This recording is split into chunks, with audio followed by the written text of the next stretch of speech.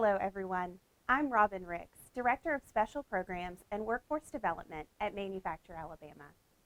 Manufacture Alabama has long been focused on our state's workforce development challenges, and the Alabama Community College system has always been a premier partner for business and industry as we work to train the skilled workforce necessary to keep Alabama's booming manufacturing industry sustainable far into the future.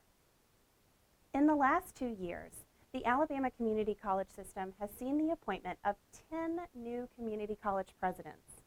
In light of these exciting developments, Manufacture Alabama is thrilled to be partnering with the Alabama Community College system to bring you the Meet the Presidents video series. Each installment of the series will feature one of the new presidents, and we will discuss their experiences, the ways they currently engage with and plan to engage with their business and industry partners into the future.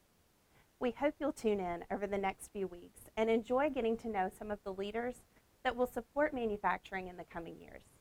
Thank you, and we'll see you soon.